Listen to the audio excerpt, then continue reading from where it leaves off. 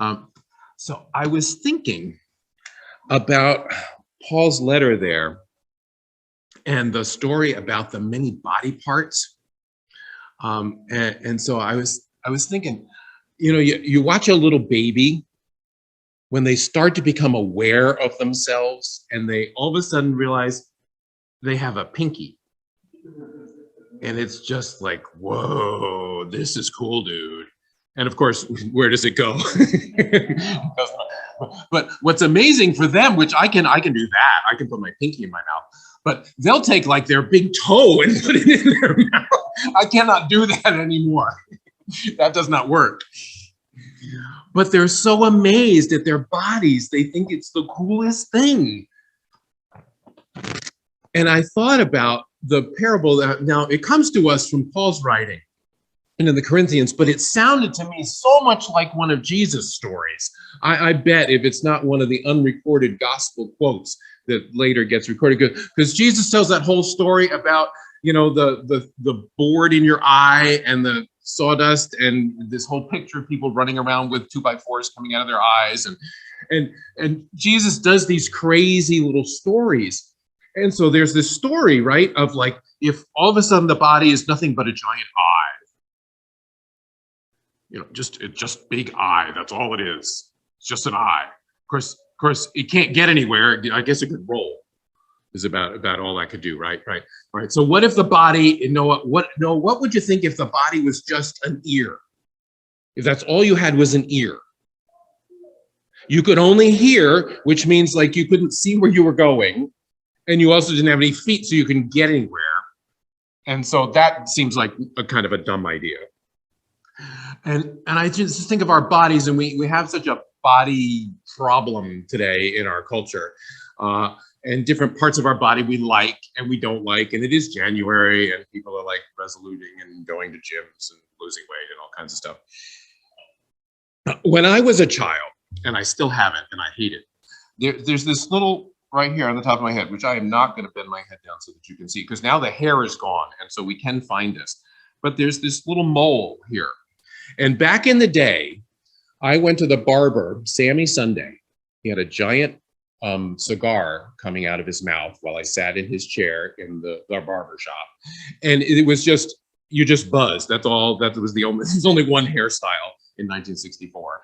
And it was just a buzz cut. And Sammy would be talking to his buddies over here in the other chair, smoking his cigar, and just, and he would all of a sudden hit this mole. It was like, it hurt. I was a little 5-year-old kid, which, precocious as I was then and now, I would then talk back to the barber and tell him to knock it off. But I hated that. I wanted that thing to go away and never be part of my body again. Now imagine if my body was just the mole. That would be terrible. But thankfully, I was born with, all the parts. And there are other people who don't have all of those parts, or who don't function fully. And yet we all work together, and it's amazing, of course, with technology. I saw just on Facebook the other day, you ever seen those little mini cars? They like have one people. It was so cool. I showed these people who were paraplegic, perhaps. They were in wheelchairs at any rate. And the hatchback of the car would open up.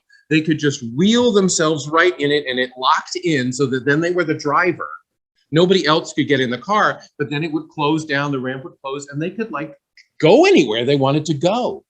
They didn't need somebody else to get them into the car. They didn't need a transfer, nothing. It was just so cool that adaptive technology allowed that to happen, that people, engineers, thank God for people that know how to imagine, see a problem, see a challenge, and then find a solution. Find a way of working together and creating something better, and just imagine. There are those people that see possibility, see what could be, and then they start drawing, or they start manipulating or widgeting it around, and next thing you know, wow, here it is. And it's so phenomenal. Jesus sat down in the middle of the congregation Notice, of course, the way that they sat to teach also is different. They didn't have to stand. The congregation all stood and listened, and the speaker sat. And he said, today's the day. You've heard of all these great dreams, these all prophet possibilities. You've heard of lifting up, and the message from Isaiah was so like what his mother Mary had said 30 years prior when she found out she was pregnant. She imagined a world where the lowly were lifted up, where the proud and arrogant were knocked off their tail, where the hungry were fed. Mary imagined it. And that night in Bethlehem's stable, it ain't happening yet. But 3 decades later, Jesus would take the words from his mother in the voice of the prophet Isaiah and say, today's the day. It's happening today. We're not waiting any longer. These were the same words from his Aunt Elizabeth. When his cousin John was going to be born, she imagined a better world. Now, it was not a great place to imagine better worlds. They were virtually enslaved. They were overcome by the power of the empire. They were overtaxed. They were destitute. They couldn't describe and decide their own destinies. And in the middle of that, when things didn't look like they'd work out well at all, and all the news kept getting bleaker, those 2 women imagined a solution. And Jesus, in the middle of that synagogue, sat down. It was his hometown, and he said, today's the day. It's going to happen today. We're not waiting any longer.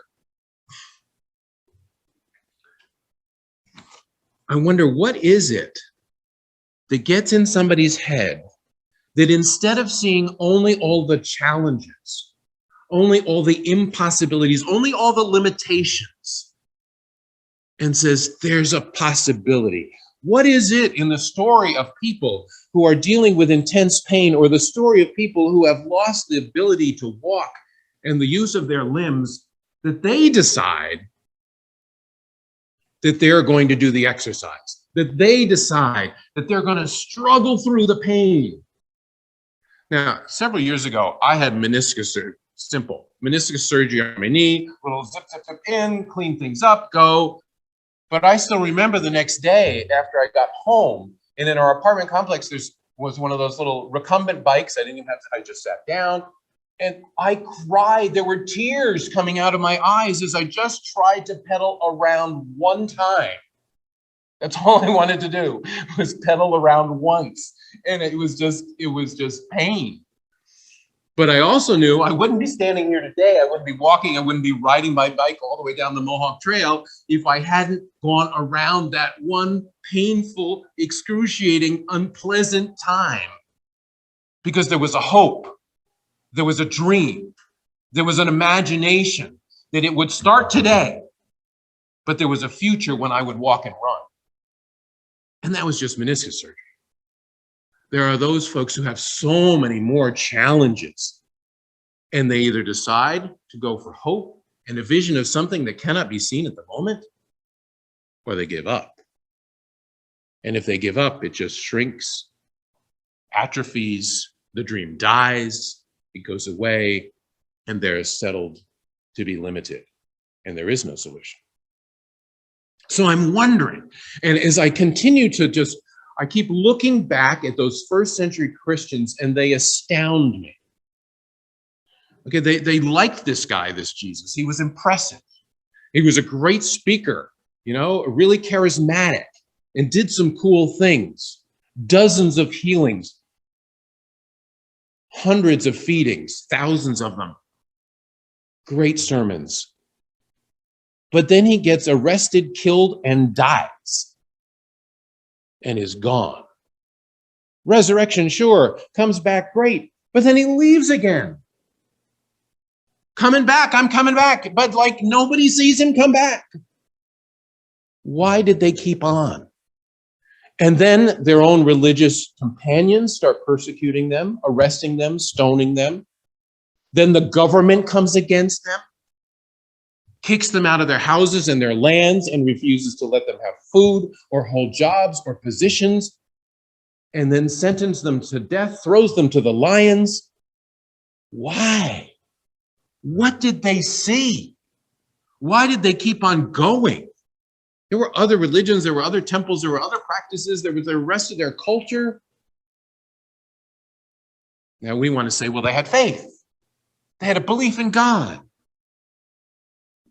There are other people around them with other faiths and other beliefs. Why did they hang on to this? So that 2,000 years later, you and I and so many people throughout the world still hold on to this belief of God coming into our world in the way of Jesus as being a better way.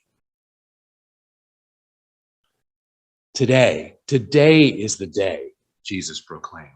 And you and I, bizarrely sitting here, few in number and a few online, proclaim today is the day. We look forward to something better. The pandemic continues to swirl around us. More and more people are being infected. You know that. There's a horrid storm coming tomorrow. The people are going to lose power and be stranded on the highways.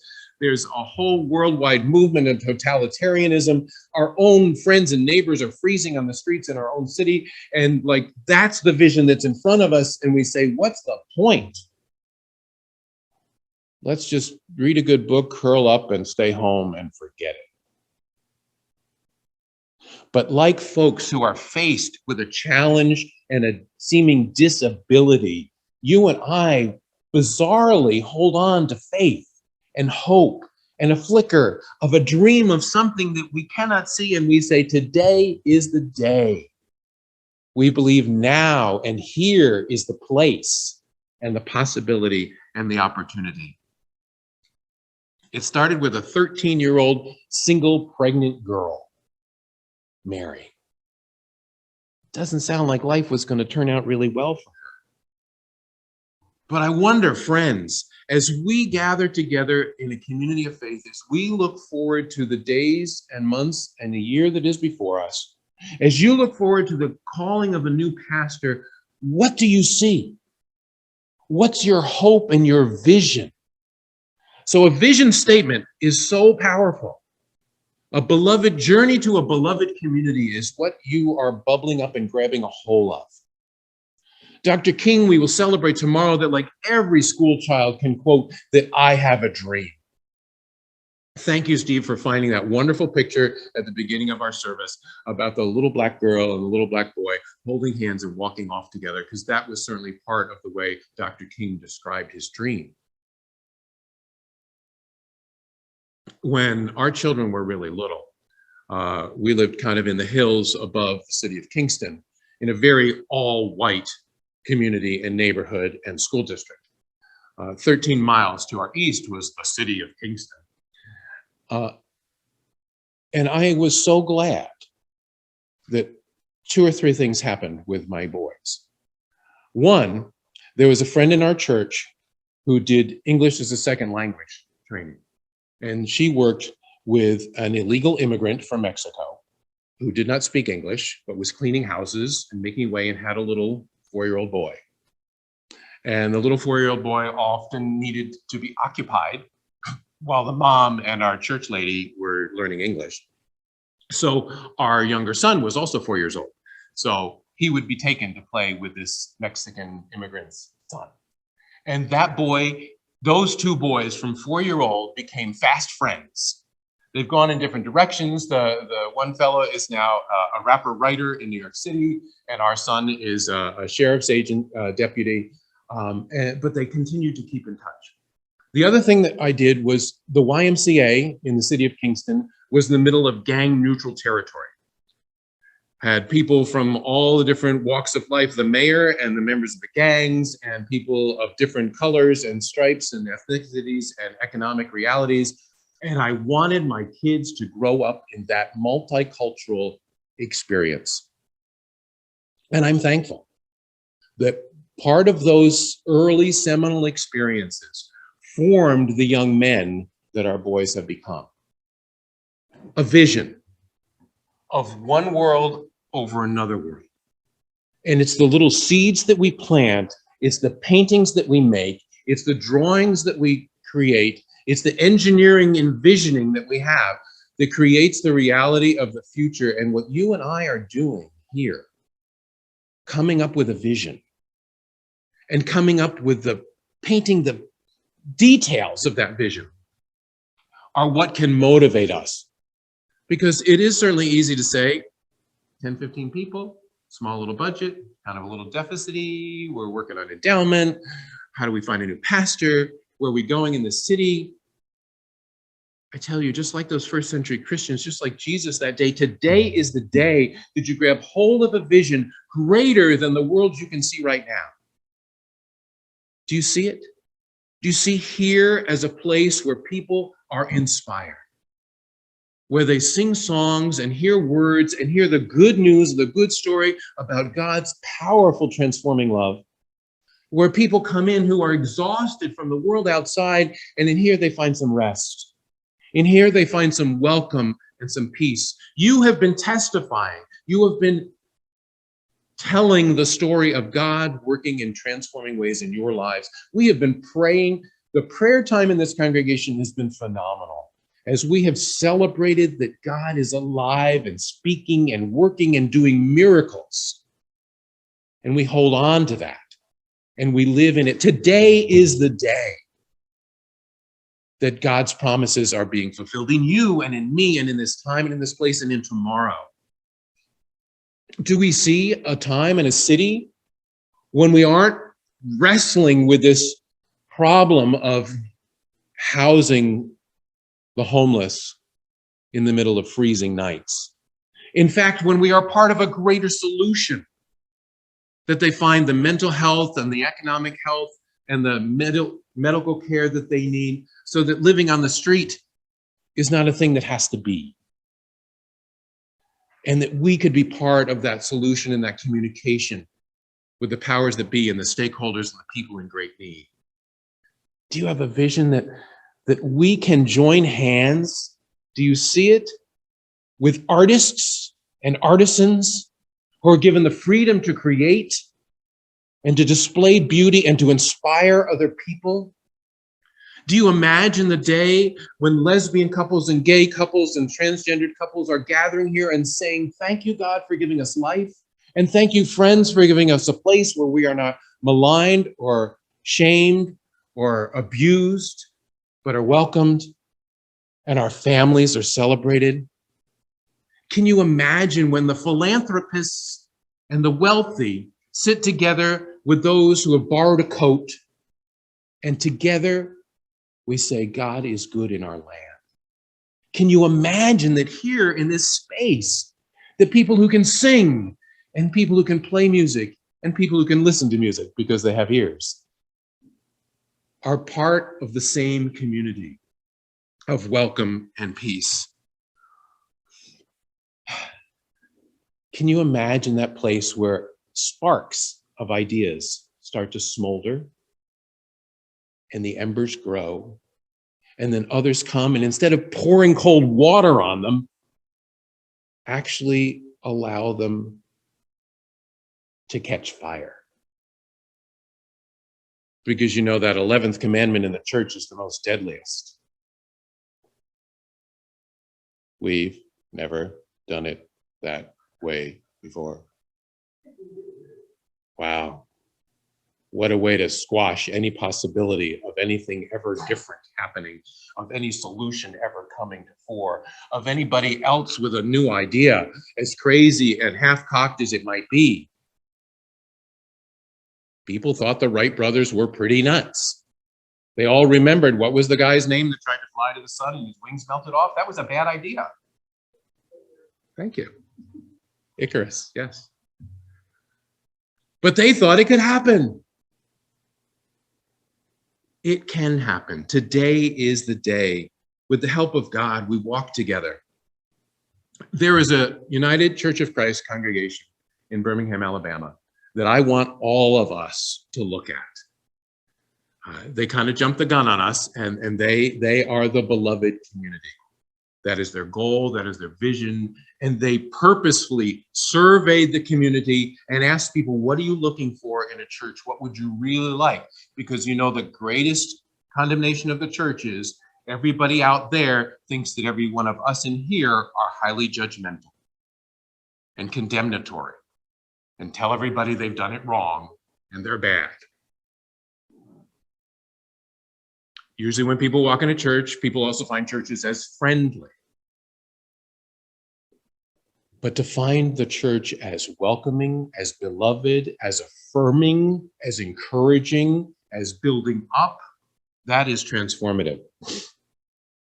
So the statement of belief from the church, the UCC church, is this: with the help of God, we will walk together in the ways of Jesus, creating a community and striving for a world where no one is an outcast, no one is a stranger, where all people are celebrated as precious children of God, where we joyfully share with one another hope for the living, comfort for the dying, dignity for those in struggle, and freedom to ask and to seek and to grow more fully into the persons we were created to be. I like that vision. I start to grab hold of it. And so what I challenge you and I at the dawn of this year is to imagine that today is the day and this is the place and we are the community. And what would it look like to be filled with artisans and engineers, with the currently impoverished and the cold who have found warmth, to be filled with the brilliant engineers, and to be filled with those who cannot walk but are striving to move, to be filled with children who are valued for their energy and their expressiveness and their creativity. Because while the disciples kept saying, no, the kids need to behave, Jesus kept saying, come on, let them come, don't keep them away. And imagine to be in a community where sometimes I'm uncomfortable, sometimes it's a little odd, sometimes I'm not sure, but I'm sure enough that the community will not let me fail. That even if folks are different and have ideas I do not understand, that I know that the whole community will not cast me out, and I'll be okay with change and challenge and newness because I'm not doing it alone. Governments will rise and fall. They always have. Agencies will come and go. Towns will transform. But the faith that Jesus proclaimed and said, today is the day, has thrived for 2 millennia. And if you want to go back to Moses and Abraham, millennia before that, where people have held on to a vision. I pray that you and I will hold on to a vision and in fact allow it to become very detailed in what we can be and what we can do with the power of God that does not limit us. Thanks be to God, and amen.